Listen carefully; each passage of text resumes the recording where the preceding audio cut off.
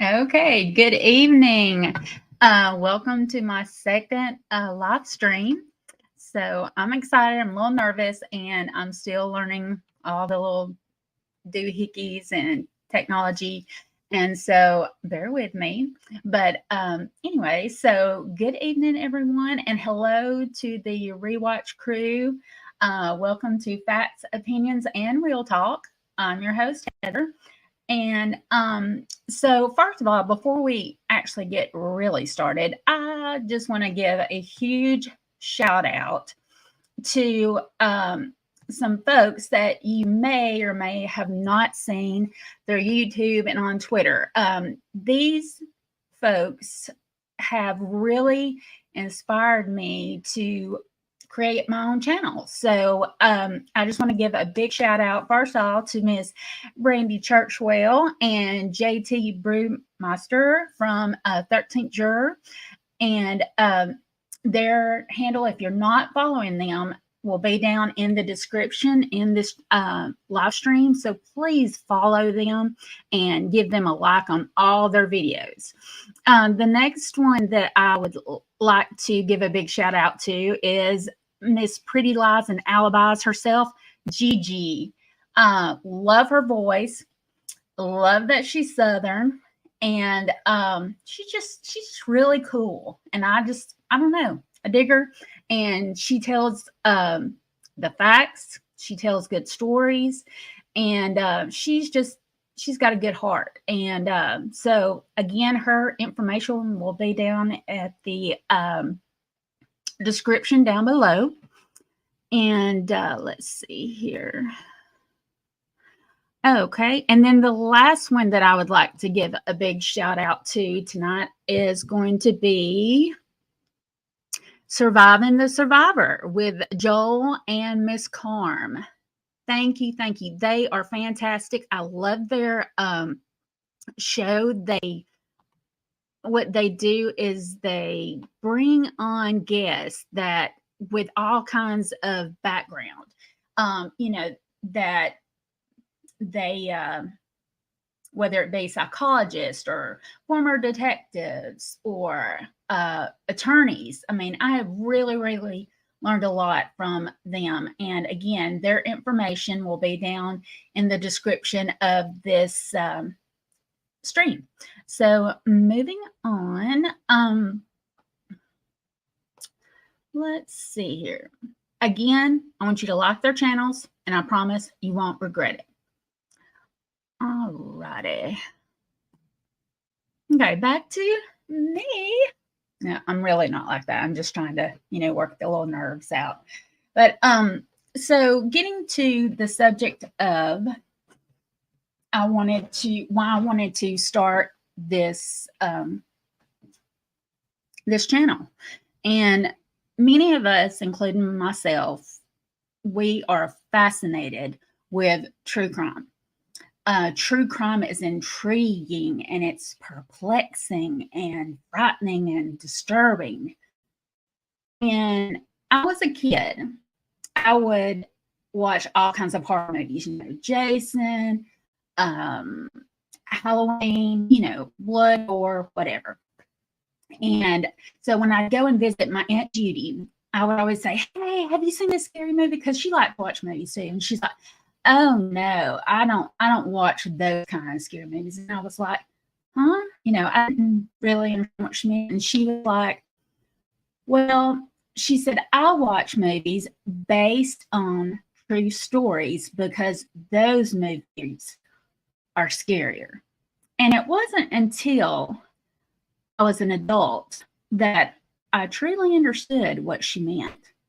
And those were scarier because it could happen in real life. So let's talk about facts. Facts about why I wanted to create this show.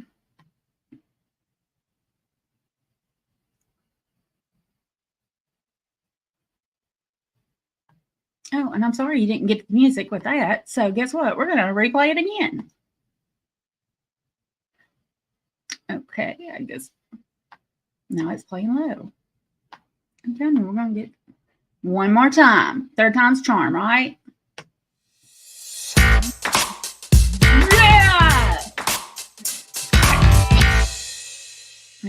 Sorry, I got excited.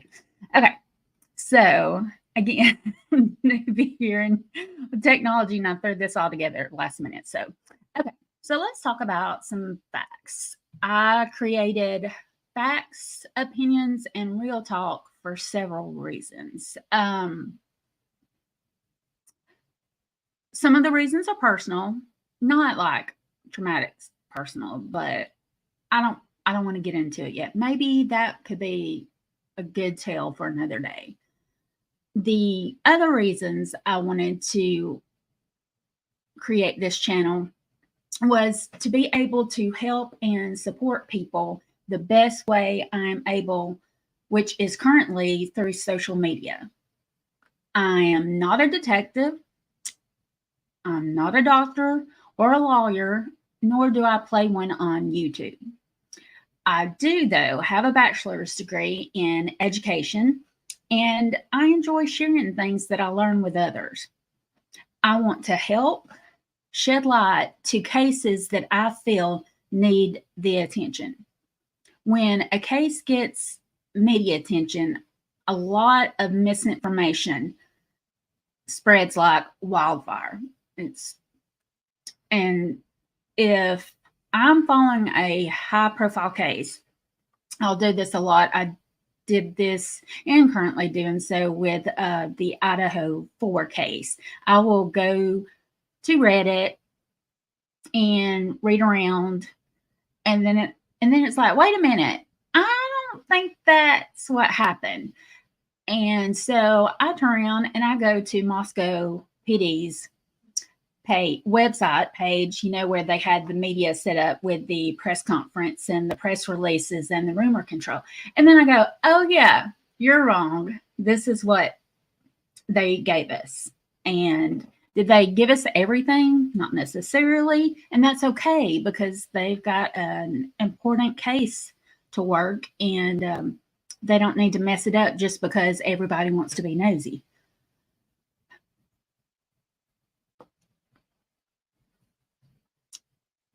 I also created this channel because I wanted to not only discuss facts, but have a place to have great discussions, and maybe not the easiest ones, but in a civilized manner. And lastly, I hope viewers get some kind of positive takeaway from my content. I've divided my channel into 3 parts. And some of you might have noticed it on some of the intros. The 3 parts are true crime, missing persons, and the justice system.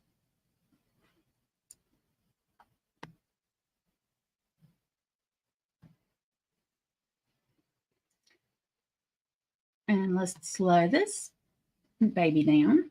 Okay. So one case that caught my attention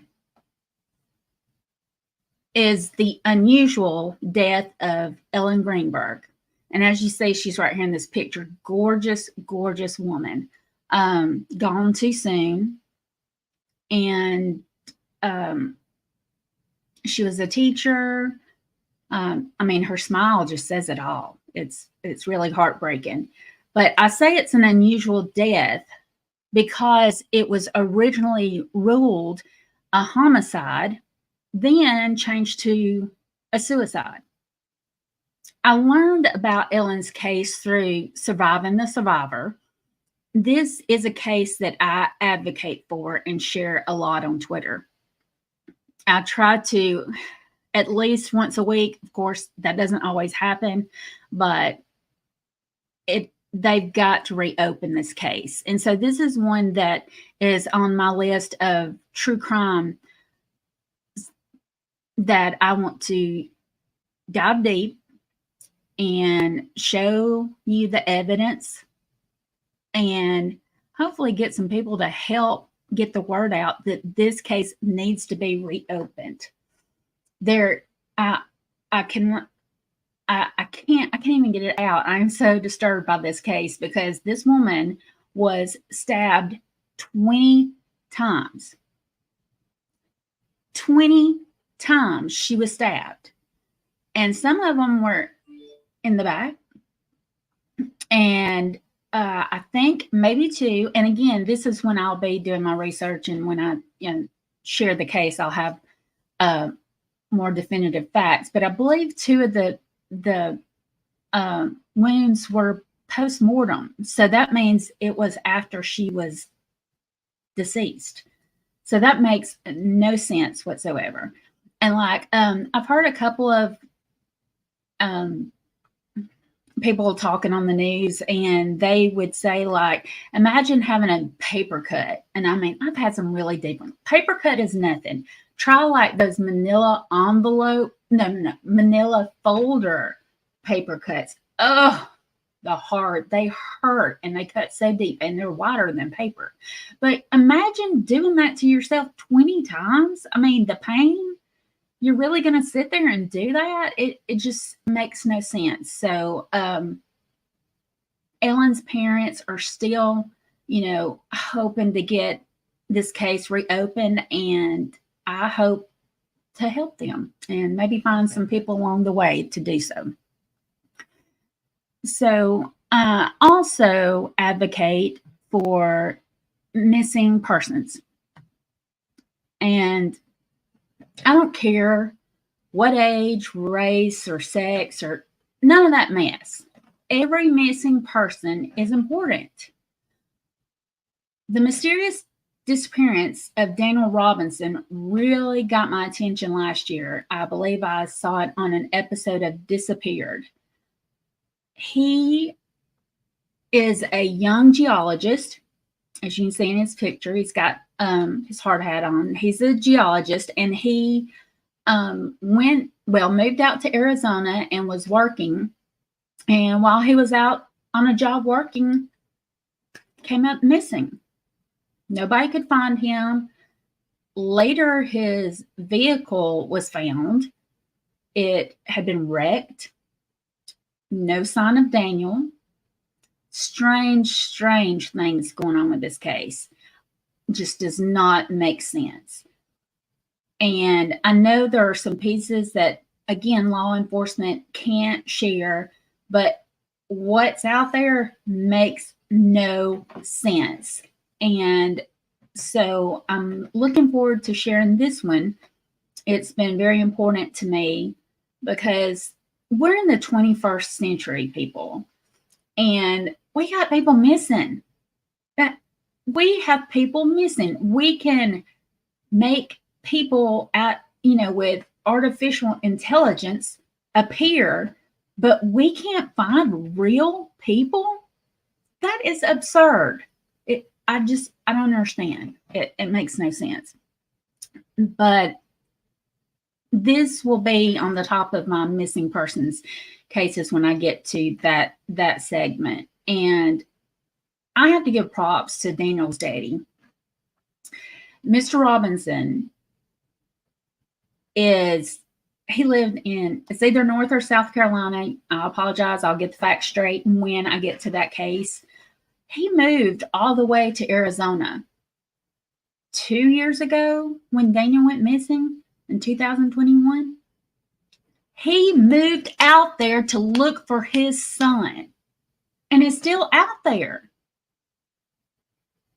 And I would hope if that happened to me, my family would do the same. That's how I feel like it should be. Again, I know there are circumstances that I talked about like last night where some people just can't. They can't either because of their job, disabilities. But, I mean, that is some major, I'm so impressed with him. And I share a lot of his stuff. And his Twitter is please help Daniel, I believe is what that's called. Again, if it's not correct, I will correct it and put it in my notes in the description. So moving on, the last part that I wanted to talk about was our justice system. And I've really taken interest in the justice system, how it works from beginning to end. The first, and I promise, I'm in my late 20s times 2 or whatever you want to call it. But anyways, whatever the case, all my life, I have not watched a trial from beginning to end. So when Alec Murdaugh's trial was televised, when he was, for the murders of his son and his wife, it left me wanting more. And I wanted to know more about how our system works. I hear people talk about that it's broken, and I want to see what's broken. I want to learn, why is it broken? What's going on? And what can I do to help? And what can maybe I can educate others, and maybe they may help, kind of pay it forward kind of thing. So I came across an article from Goodwin University News. Never heard of this. I was Googling justice system. This popped up. I liked it because being an educator, and you want to be able to explain things so that people can understand, even if you have to talk to them, like they're a kid, because sometimes I need that explanation. You can say all these large words, and sometimes I don't know what you're talking about, and I may have to ask, hey, what do you mean by that? Because I have no idea. And there's nothing wrong in asking questions or getting someone to repeat themselves. So I found this website, and according to the article, the United States criminal justice system is designed to enforce laws, ensure public safety, and deliver justice to those who have committed crimes. The article also states, while there are many moving parts, there are 3 major components of the criminal justice system. These all play an important role in keeping the public's safety. So, and we'll go ahead and look at that right quick, and I'll get myself back up here. So, looking at these 3 parts, again, we have law enforcement, and it's kind of in order. And of course, there are all kinds of other parts. But what I like about this article, and I did this little graphic to kind of show you that the 3 main large pieces that make up our system are law enforcement, the courts, and corrections. Totally makes sense. So you think about it. Someone is arrested by police officers. There's your law enforcement. So then they, going to have to go to court. So there's your court part, whether it be a civil or a criminal, and again, that splinters off into so many different things that's way over my head and I haven't learned yet, but you understand, I hope. And then the last thing is corrections. And of course, that's where people go to jail, or maybe they, do some kind of rehab, or some kind of public service. I don't know. But again, these are things I want to learn along the way so that I can intelligently talk to you, others, anybody. And like I said, I want to help. I want to help the best way I can. So you saw the picture, and I'll back it up to Travis. That was a picture of, sorry, I shouldn't have put all these in the same. There we go. Let's look at Mr. Travis right there. Okay, so I want to thank the 13th Juror podcast and live stream for bringing my attention to the trial of Travis Rudolph. I watched that trial. Travis was the defendant. Travis won. And I have never felt so good in my life. It has changed my life and how I think about the court system. we watch things like we watch movies. I watched the Lincoln Lawyer series the other night on Netflix, and I noticed this now that I'm more aware that they like to make defense attorneys look like the bad guys. And you know what? They're all not bad. I mean, they're just doing their job. They're making sure that people get their rights that they deserve when they are in court. And so this coming week, it may be the beginning of next week, I'm going to start on recapping the Travis Rudolph case and just share with you how to behave in court, how to, I don't know, try to be unbiased, open your mind, really look at the evidence. I really, really learned a lot from that case, and I think you will too. So that's what's going to be first on my agenda this week. And then we'll skip back to, I think we saw a cute little dog. Well, it wasn't little. Okay, so calling all canines. I am also going to be highlighting canine officers and their handlers, or it can be just the canines. If you are part of a law enforcement agency and would like to have your agency's canine highlighted on one of my episodes, email me, and I'll let you know what all I would need to highlight that. And here's my email. It's facts, opinions, and real talk @gmail.com. Again, that is facts, opinions, and real talk @gmail.com. And when you email me, just in the subject, just put K9, and that way it won't get mixed in with my other email. Okay, so I think I am ready to talk about some opinions.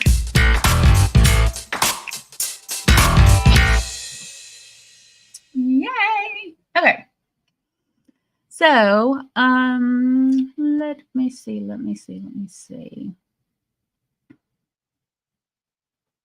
I hope I'm live streaming.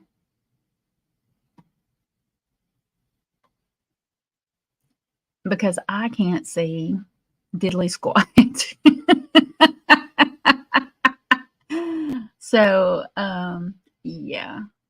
Let's see. I know how I can check right quick. I will look on my phone.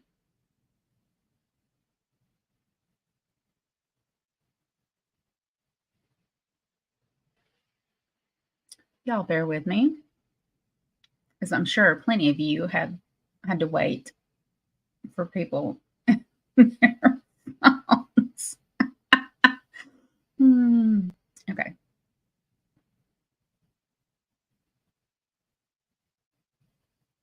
There I am. I am live. Yay. I saw my phone, y'all. Okay. Sorry about that. I'm really not that dumb. I'm tired. I've been sick for over a week. And so y'all just have to bear with me. These sinuses from Alabama weather and my gross eye that I guess I scratched, and now I have this gross looking eyeball over here. So y'all just disregard that. So now we're going to ask some opinion questions. And if you don't want to ask, or if I can't see them, that is okay.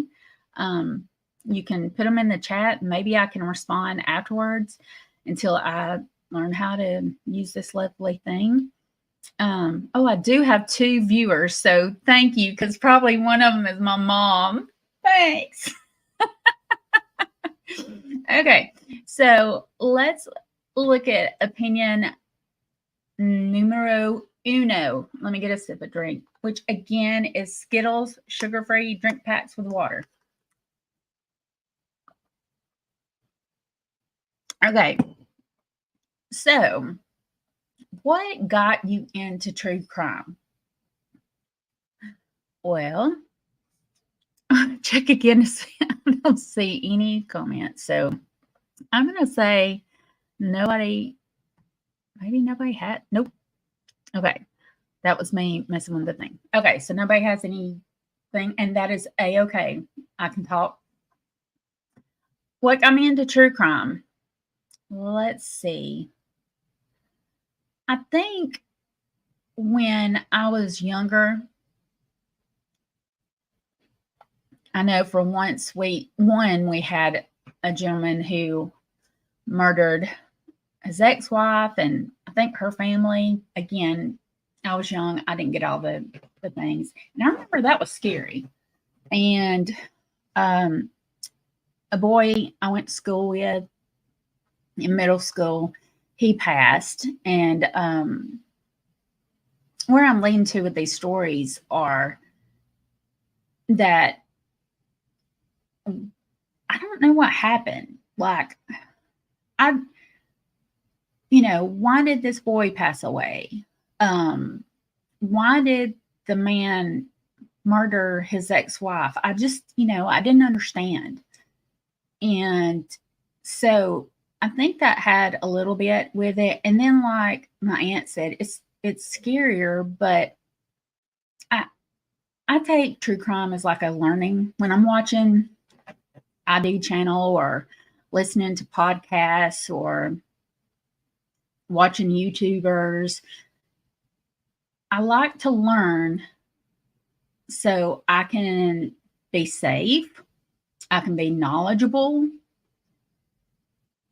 and I also want to help people. I mean, that's a huge thing. I love to help people, and the true crime community, they need, as many of those that are out there that are nosy and stir up mess, there are those that are out there that are wanting to help or they need the help. And so I think it's also, I like, the people in this community, strange as it is coming out of my mouth, because we're talking about horrific things and horrible things that can happen to people and their families and loved ones. But I've learned so much about being human and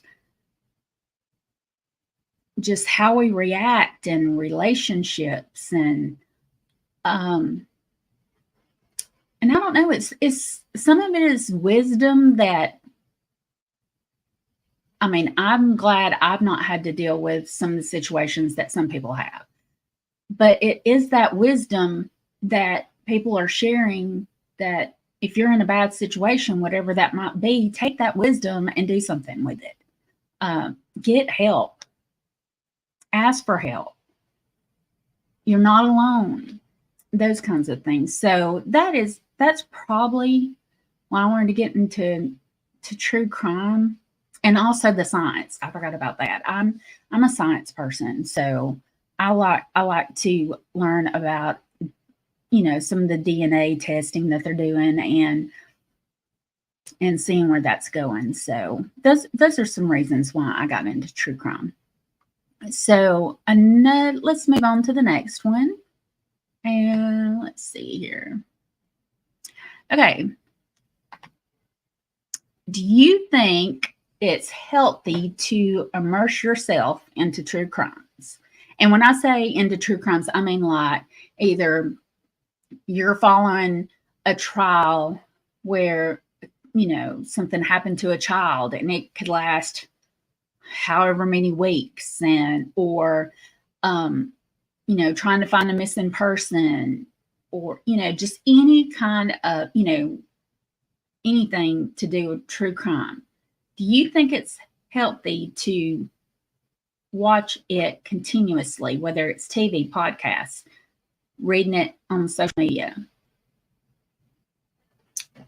And again, do we have any comments? That would be no, and that is A-okay. So, I'm sorry, I'm such a nerd. But anyways, so do I think it's healthy? No, I don't think it's healthy to do it 24/7. And what I love, and I've even done this myself, and I haven't even really been doing this channel for long, but even just watching all the things like the Murdoch, documentaries, and just all these documentaries and shows, and it really takes a toll on you mentally, which in turn it affects you physically as well. You can be exhausted, whether it be from depression or whatever kind of toll that's taken on you. But I don't think it's good. I think people need to take a break. And I really like that on Twitter, I'm seeing a lot of friends and a lot of people, I haven't met, but they're all like, hey, I need to take a mental health break, and, blah, blah. And you know what? That is fine. And I love that people are coming out and saying mental health break. There is nothing wrong with that. In fact, I had a bad depression spell along with being sick, and it was not fun, but it's fact. It's what happened. It's part of life. And I'm glad that people are acknowledging it and, going to get help, talking to a counselor or therapist. There's nothing wrong with that.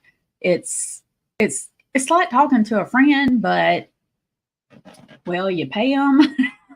No. And it's somebody that's, they've been educated on how to be a therapist, and they know all these. It's like you have the answers, but they know the right questions to guide you, and they can come up with some good ideas to help you in whatever problems you're having. And so, but yeah, totally being in true crime 24/7, you got to take a break. You need to take a break. It's going to affect you. It's going to affect your family. Everything, your whole orbit around you will be affected. And so I don't think it's healthy. Again, I like the educational side that I can learn, but again, you got to take a break. So let's move on to the last one. This is my favorite. What are some ways the public could help law enforcement without getting in their way? So, if you caught my live stream last night, or actually this morning at 1:00 in the morning, which I doubt you did because there were 0 followers or viewers, and I'm okay with that. But anyways, I mentioned a show called, and I looked it up because last night I couldn't remember and I was tired. So I looked it up, and it was called Mother Undercover, and it was so good. And again, I'll mention the first episode. This mother had her son was murdered outside of a nightclub, and the detectives were doing their part. But again, it was like, here was this big crowd of people, and guess what? Nobody wants to talk to the police because snitches get stitches and blah, blah, blah, and whatever, cowards. I said it, cowards. This guy died and nobody wants to tell what happened. So his mother, she started doing surveillance. And it was a bad neighborhood. So I don't agree with her being by herself and things like that. But the other thing she did, she went and she got on Facebook and was trying to figure out who knew who, and, would get in touch with somebody and say, hey, do you know this person? How can I get in touch with them? Blah, blah, what's their phone number? And then there was this girl that she somehow found out was there, and she worked at the grocery store, a couple of blocks down. So she went to that grocery store more than one time. She didn't tell the girl who she was in the beginning. She just got to where she built a rapport with her to where she, could kind of just say, hey, did you hear about that shooting? Blah, blah, blah. Oh, really? You were there? That kind of thing. I didn't see anything wrong with that. She was getting out there and doing the things that the police weren't able to do. And so I really think that, I know it's hard when you're in grief. I know it's hard when you feel defeated or hope is lost. But to work through that, I mean, try to do some of the things maybe like she did. And whatever case that you've got going on, if you have something going on, I would definitely just, first of all, start asking around, asking people that you know wouldn't talk to the police, but somehow maybe you could get their some information. But also be responsible about it. I'm not saying go out there and ask all these gang members and drug dealers. That's not what I'm saying. Do it responsibly, but maybe try to do a little bit yourself, and you never know what kind of information you might find. So that's the only thing that keeps coming to my mind when, what are some ways that the public could help law enforcement without getting in their way and stepping on their toes and things like that. And if you think of something, I would love for you to put it in the comments. Even, I mean, if it's Rewatch Crew, put it in the comments, or either send me something on Twitter. But I really think that would be a good idea, and maybe a good suggestion to law enforcement and to families. Just, you know, everybody needs to communicate and be on the same side and just, you know, work through together the best they can. So, all right. And then, so I guess we're done with the opinions. And thank you for my 2 viewers who are still here. It's probably my phone.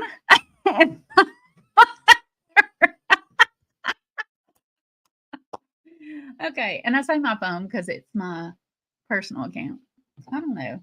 Whatever the case, it doesn't matter. It shows 2, and I'm happy because I had 0 last night. All right, so let's get to, if I can get this to scroll down. All right, my favorite part.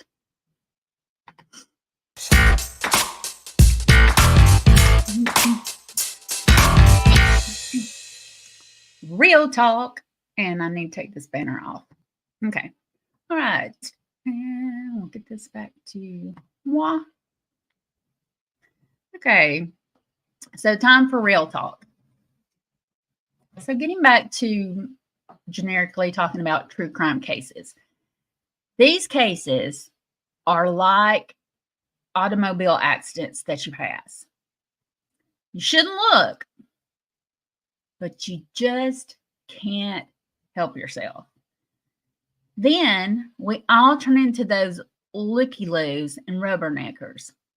And if you don't know what a looky-loo and rubbernecker is, okay, looky-loos are just nosy people that come walking up, or they come walking up trying to, you know, hey, what's going on? What happened? You know, what can I do to help? When you know they're not there to help, they're just being nosy. And then rubberneckers are when you're driving and you're passing the wreck and you're getting that rubberneck going, just like that. So for those that didn't know what a looky-loo and a rubbernecker, there you go. All right, so moving on. Questions start floating around when you see, you know, like something happen, like how did that happen, and whose vehicle was that? Because we're talking about this car wreck that we're not supposed to be paying attention to. Whose fault is it? It's natural for us to be curious. But when curiosity hits you, you need to be respectful. I know, and I'm glad to see it. When I used to be on Facebook, Lord help us, people would get on there and they would say, we saw a wreck on Highway 77 and there was this kind of car, blah, blah, blah. And I'm like, why are you telling the car? These people don't even know if that's their fan. I mean, before anything could be let out, people was spreading the word on the Facebook. And I'll say the Facebook, and I'm over Facebook. But anyways, so whatever the case, be respectful. Don't be blurting a bunch of stuff out on the internet. It's not your job. These people are victims, and their families are paying the ultimate price. Their lives have changed forever. Their lives will be intertwined with trauma from these true crimes, whether it be, their family member was murdered or missing person, or I don't know, wrong deal down at the courthouse. Whatever the case, it's going to be stuck with them forever. And the media and society, it's all going to be with them for the rest of their lives. And I think most people forget about that side of true crime. We get all excited and we're intrigued, and we don't want bad things to happen to people, but it's just curiosity, about how that happened. But again, we've got to respect families and victims. And when I say this, I mean, I'm even talking about like a murderer's family. We've got to be respectful of them. Unless the evidence shows they were involved, they are innocent. They didn't know. And they deserve our sympathy, our help, our shoulder to cry on, just like any other victims. So before you cast your judgment upon those you deemed worthy of your opinion, please think before you speak or post on social media. How would you feel if it was you that was on trial for, something that you didn't do, and the media was saying you did it, and trial hasn't even happened yet? I mean, how would you feel? I mean, that's not right. Or what if it was, your children or your parents or some kind of loved one, and it's not fair? You have to think about how the families of the victims and the victims, depending on the kind of, circumstance, how they would feel before you start speaking, and put yourself in their shoes. I mean, nobody wants to be in their shoes, ever. Nobody would want to be paid to be put in their shoes. So you really need to think about it before you get on your laptop or your phone and start typing, and really think, if this was about my family or if this was about me, would I say this? So really think about that. You never know that, or you never realize so few words can do so much damage, and it's everlasting. So there was my soapbox talk for the evening. I appreciate all of you. 3! Yay! I have 3 viewers. I appreciate all 3 of you that were able to make it tonight to my live stream. Also, big hugs to the Rewatch crew. Unfortunately, it is time to wrap things up. I'm tired. I'm ready to go get on the recliner and watch some true crime. So until next time, I want you to stay safe, be aware of your surroundings, do the right thing, and get out there and do something legendary.